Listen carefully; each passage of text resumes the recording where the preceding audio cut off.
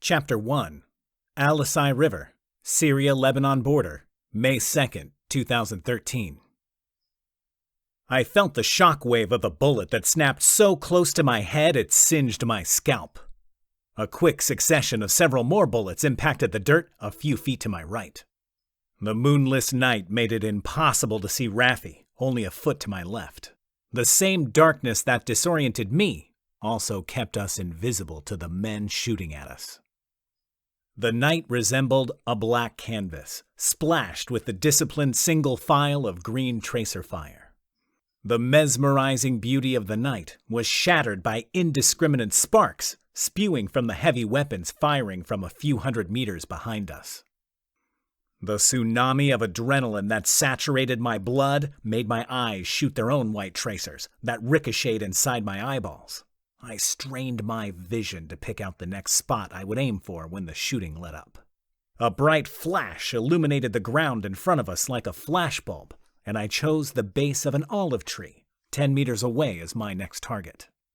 The flash disappeared, but its ghost lingered in my vision and made it even harder to see. "Raffi, that tree, follow me." "Okay," he said from the darkness next to me. I shot up the instant the firing stopped and pumped my legs until I felt I'd covered the distance to the tree. I held my hand out in front of me when I figured I was close, but managed to find the tree with my face. The force of my momentum knocked me flat on my back. I actually thought for a second that I'd been shot. I heard Raffi hit the ground next to me. "What are you doing on your back?" I ran into the damn tree. That last burst half blinded me. I heard him chuckle in the dark. "You okay?"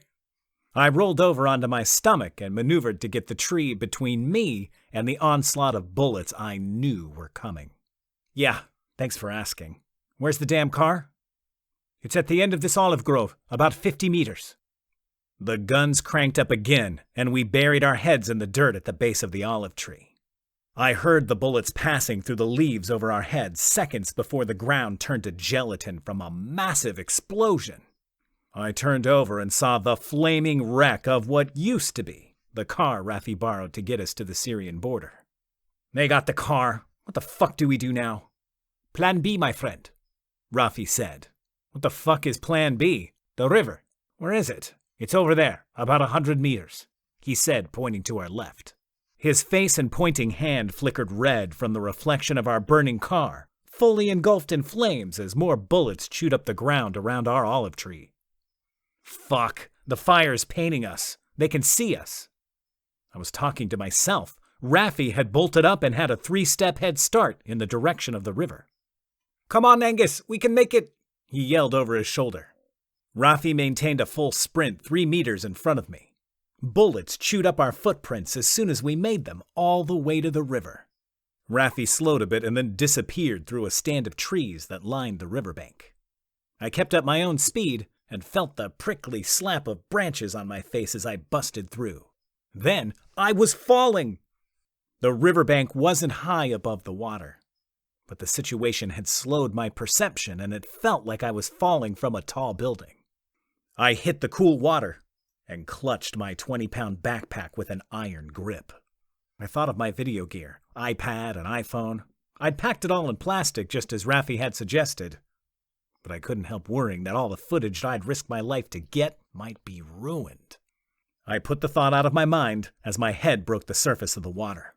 I looked around for Raffi and saw his wet curls disappear under the water in front of me. The fire from our car made distorted shadows through trees as we floated by them. I took a deep breath and dunked my own head as the first barrage of bullets skipped off the water. All we could do was hold our breath and hope they couldn't get a beat on us. I positioned my backpack between my legs and hugged my knees as my body floated down the river at a frustratingly slow pace, with my back barely cresting the surface. I figured if I got shot, it probably wouldn't be in the head. I leaned back and took a breath of air every 10 count as I went through a brief mental checklist. Couldn't come up with one thing I could do to improve my situation, except maybe rub the fur off a rabbit's foot. But I didn't have a rabbit's foot. All I had was a 2,000-year-old gold statuette in my pocket. so I rubbed that instead. Mostly just to make sure it was still there. I figured if it was still in one piece after 2,000 years, there had to be some luck left in it somewhere. Our pursuers didn't chase us into Lebanon. They stopped firing at us a couple of minutes after we hit the water. Raffi and I floated down the river for about 20 minutes after we'd crossed the border from Syria into northern Lebanon. Raffi grabbed a hold of a rebar ladder rung embedded into a cement piling at a small pier we floated toward, and reached out to grab me as I came by. We pulled ourselves from the water and walked down an adjacent dirt road, leaving wet footprints behind us. The Assad regime had kicked out all foreign journalists in November 2011, and had not issued any press visas since then. The only way in or out was by smuggling routes. Journalists, along with Western aid workers, faced kidnappings, mortars, barrel bombs, and possible beheadings.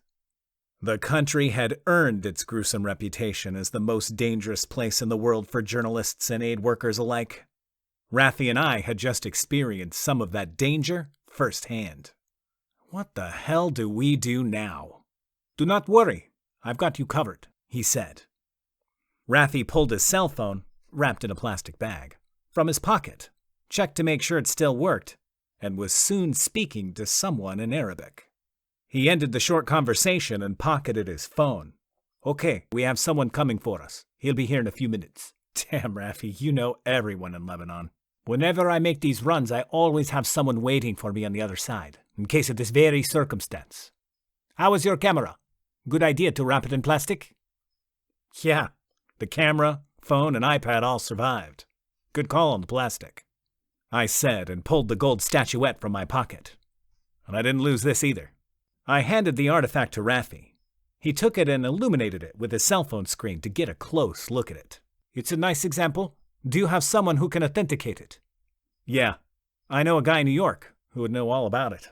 And I'm sure he'd love to salvage as much as he can from the fighting."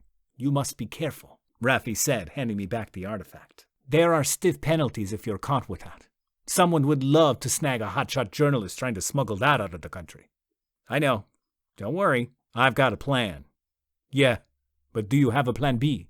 Raffi chuckled.